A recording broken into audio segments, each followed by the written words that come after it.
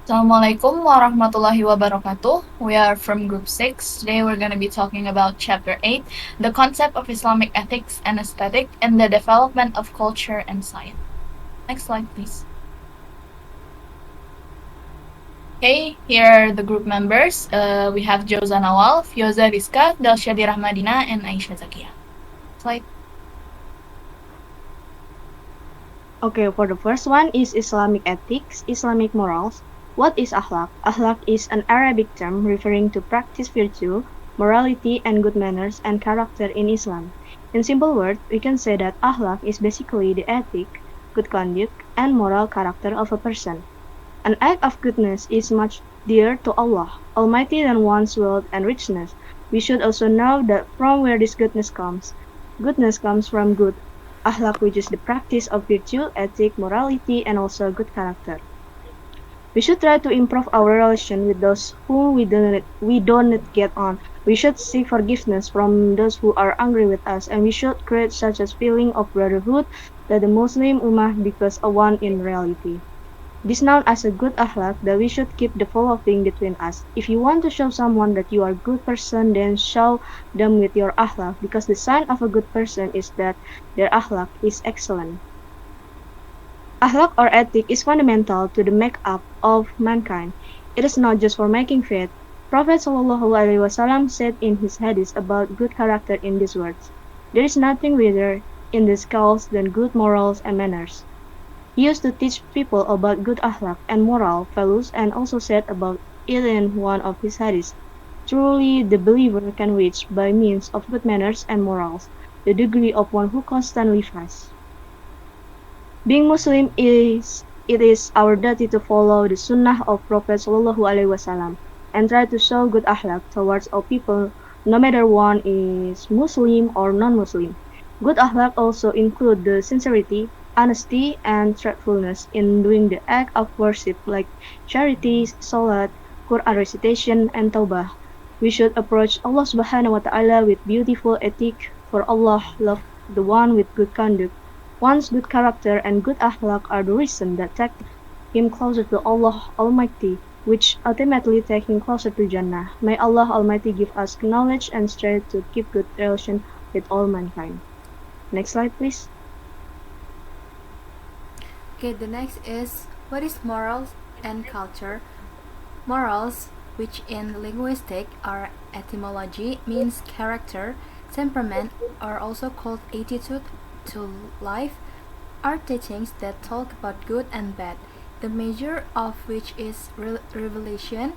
In terminology, morals are the science that determines the boundaries between good and bad, praiseworthy or reprehensible concerning human words and deeds, both physically and mentally.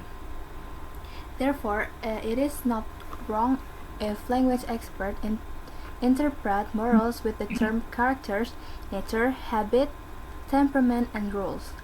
And the next is culture.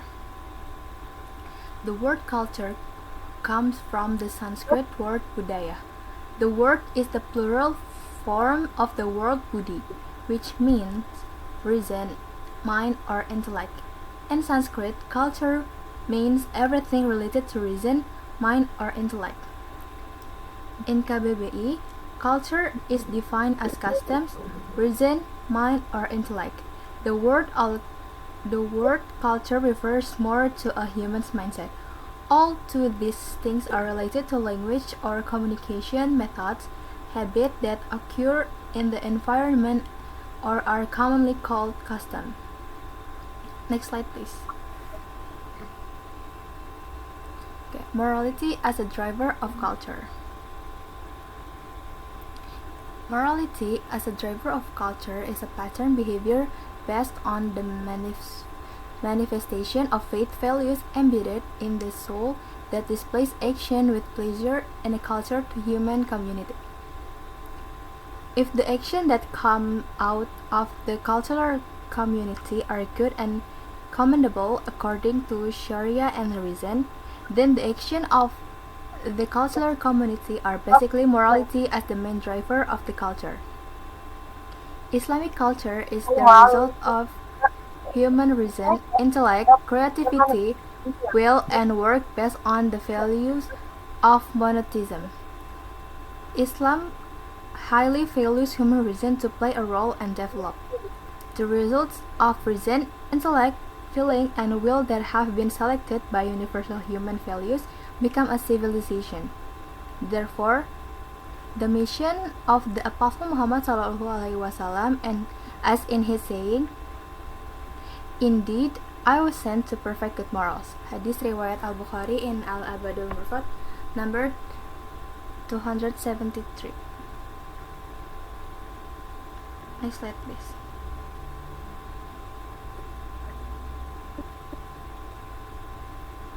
Okay. Religion requires a symbol system. In other words, religion requires culture. In this context, the intersection between religion and culture becomes inevitable.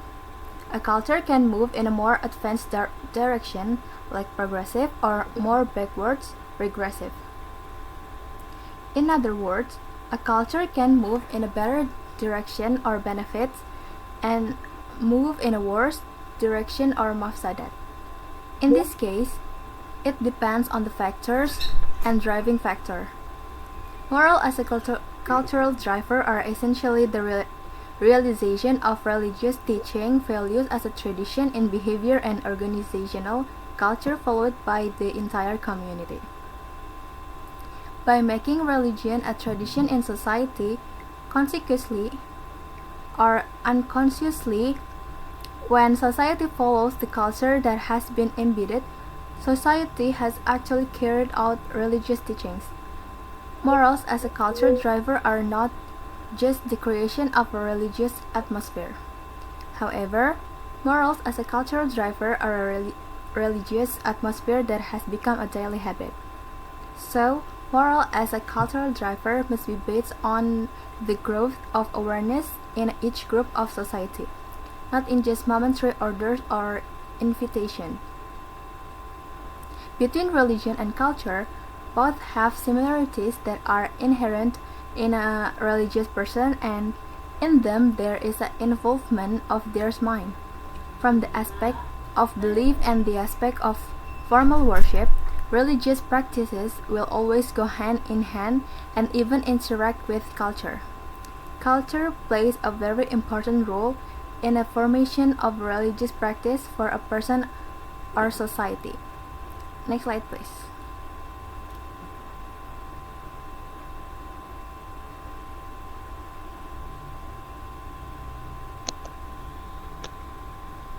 Next slide, please. The next is the reconstruction of culture, scientific and technological development based on noble morals. So humans always live in a cultural space that they created themselves. So the relationship between humans and culture is causal. In this case, it means that humans gave birth or created a culture, and then culture gave birth or created cultured humans or humans with culture. So humans create a ideological culture to be used as a basis for viewing something as a reference in action and behavior in community life. So in simple words or Indonesia itu maksudnya tuh kita tuh membuat sebuah kayak budaya gitu dalam keseharian. Tergantung dari tempat. Nah, itu biasanya kita menetapkan aturan-aturan perilaku kita tuh tergantung dari budaya tersebut. The next is how culture in Islam based on the noble morals. So understanding the cultural context of society before the arrival of Islam has a role in understanding that the presence of Islam has made significant contribution to life. Condition of Arab society before the arrival of Islam was generally characterized by several conditions, including socio-cultural condition, socio-political, and religious condition that were ignorant and not based on noble morals. So Islam basically came to and guide toward and balance life so that humanity is protected from the things that are not beneficial and bring harm. So Islam is on the one hand, can be called a high tradition, which is the words of God, God's law atau hukum dari Tuhan, is absolute atau yang berarti tuh kita wajib untuk menaati hal tersebut. Dan di tengah lain atau di sisi lain, on the other hand, it is low tradition atau sebagaimana kayak agama itu adalah sesuatu yang ditaati oleh masyarakat secara umum. Please. Okay, for the second one of reconstruction of cultural, scientific, and technological development based on noble moral is science. The era of scientific development is very influential on human life, especially the moral of society. The development of science and technology will continue to grow from time to time, which can be denied. Jadi teknologi di dunia itu udah berkembang sangat pesat banget. Dari yang tadinya manusia mungkin nggak mengenal yang namanya teknologi, bahkan mereka nggak bisa baca dan tulis. Sekarang tuh mereka bisa mengeksplor langit gitu. Mereka bisa mengeksplor apa yang ada di luar muka bumi ini. Hanya mungkin nggak memakan waktu beribu-ribu tahun. Mungkin hanya dalam waktu hitungan puluhan tahun atau mungkin dalam hitungan beberapa bulan kita tuh udah bisa menjelajahi langit. Kemudian teknologi yang pesat ini itu teknologi dan juga ilmu sains itu sebenarnya ada beberapa yang mungkin bertentangan dengan ilmu agama seperti itu. Nah, bagaimana kita menyikapinya sebagai seorang muslim adalah dengan cara memilah-milah apa yang sekiranya baik dan sekiranya itu tidak sejalan dengan agama kita. Jadi tidak semua hal yang berkaitan dengan sains apa yang dikemukakan oleh para ahli itu benar gitu 100% dan sejalan dengan agama kita. Jadi kita perlu cari tahu dulu kebenarannya apakah ini sejalan dengan akidah kita atau dengan agama kita.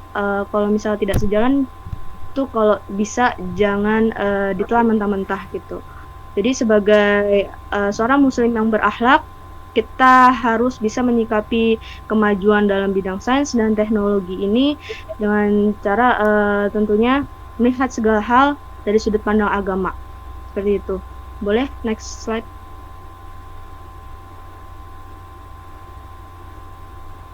Next slide please. Okay, the third one is technology. As has been explained by Joseph, the internet is actually developing very quickly right now. The internet has had many impacts on people. So, internet itu tuh punya dua kayak efek ya kepada orang-orang, ada yang positif, ada yang negatif. So one of the positive impact is we can become more knowledgeable and insightful. Kayak kita bahwa di internet itu banyak sumber-sumber belajar atau sumber ilmu pengetahuan yang bisa kita cari. But it also is often misused. Jadi sering banget disalahpergunakan oleh orang, entah untuk menyebarkan ajaran sesat atau ajaran yang tidak baik, atau entah itu untuk menyebarkan kebencian terhadap orang lain, which is very like opposite of the Islamic rules or the law of Al-Quran ya, and the hadith and stuff. And then this happens atau ini tuh terjadi karena the lack of good morals. Kita tuh kekurangan akhlak baik. So because morals is very necessary in responding to technological development in order to take something useful from the technology and avoid the negative things. Seperti dijelaskan nama Joe sebelumnya, segala sesuatu itu kita harus lihat dari kayak menurut kita ini benar, tapi kadang beberapa nggak tahu ternyata Islam nggak boleh. Jadi semua bahkan penggunaan teknik pun itu harus didasarkan dengan hukum Islam. And therefore, secara keseluruhan ini tuh dari budaya, scientific and technology, kita harus merekonstruksi atau the culture and changing social behavior based on science and technology with the basis of morals. Kita lagi belajar tentang yang salah atau one of the way to make it is to do or make Islamic law. It's born from Islamic akidah. Kita hukum yang berasal dari akidah yang tidak ada entah di Al-Quran atau ajaran dari Rasul sebelumnya di penerapan kehidupan dalam kita dalam penggunaan teknologi dan sains dalam kehidupannya. Next slide.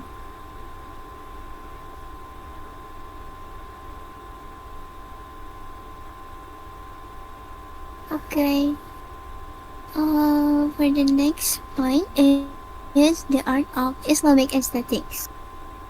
Aesthetics in Islam is a journey from forms, arsenal, towards the essence of all forms from which humanity originates.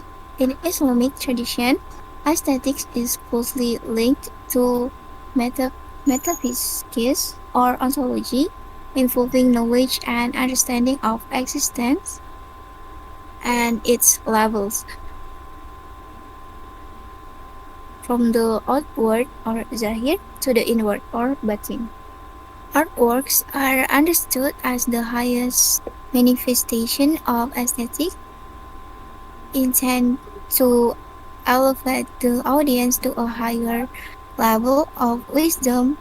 They serve as a means for humans to ascend from the outward to the inward, from the realm of tasbih, the world of forms and appearances perceived by the sense, towards the realm of tanzi, the transcendental world that requires the sharp sensitivity of the heart's inner sides.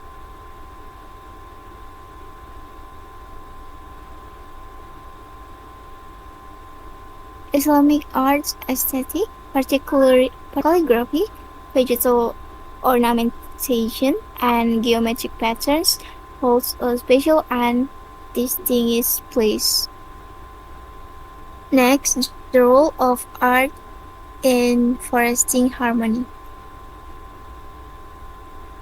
Art will look beautiful and have quality if there is a harmonious blend between a clarity of feelings and the sharpness of a person's mind.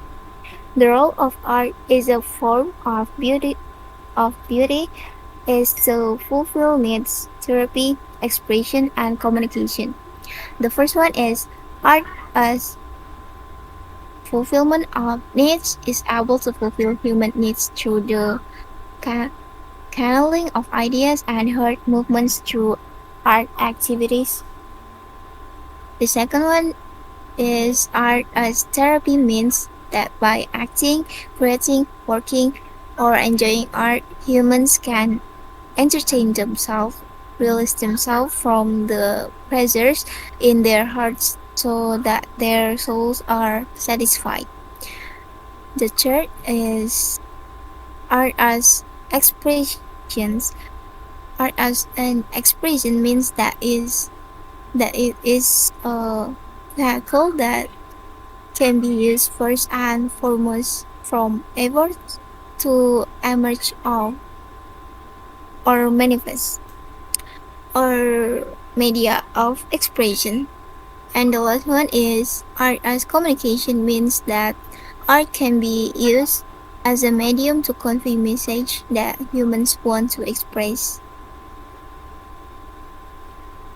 Okay, the next is contribution of Muslim scientists to the development of science and technology. Muslim scientists made significant contribution to the development of science and technology. They not only translated and compiled knowledge, but also conducted experiments and research, and created new innovation that became the basis for the development of science in various fields, And these are some of the contributions of Muslim scientists. During the Abbasid era, there were brilliant achievements in the Islamic world in the fields of science and technology. Baghdad experienced rapid scientific progress. And the second is the development of educational institutions during the time of Harun al-Rashid reflected the development and progress of science. And the third is during the Abbasid reign, the four imams of the legal school were also born: Imam Abu Hanafi, Imam Malik, Imam Shafi'i, and Imam Ahmad bin Hanbal. And the last is history records that the library in Cordova in the 10th century had 600,000 volumes of books. The Darul Hikmah library in Cairo has 2 million volumes of books. The Al-Hakim library in Andalusia has various books in 40 rooms, each containing 18,000 volumes of books. Next slide, please.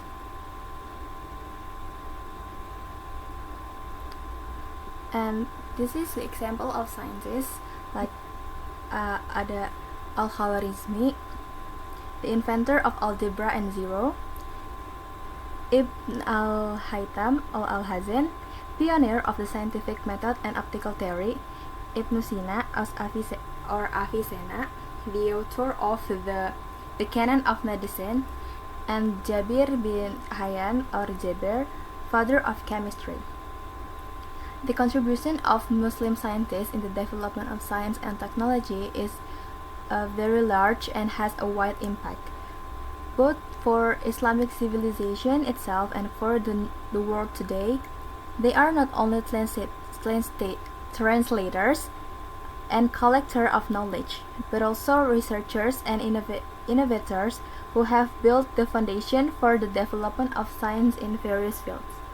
Next slide, please.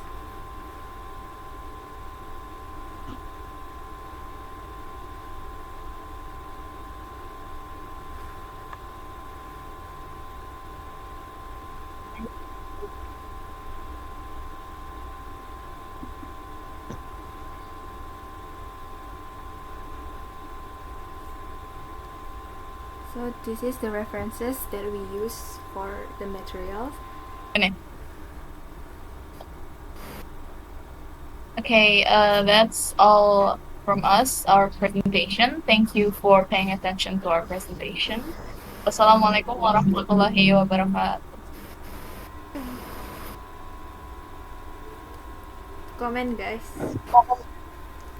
If you have any question and discussion, you can leave your comment on the comment section. Thank you.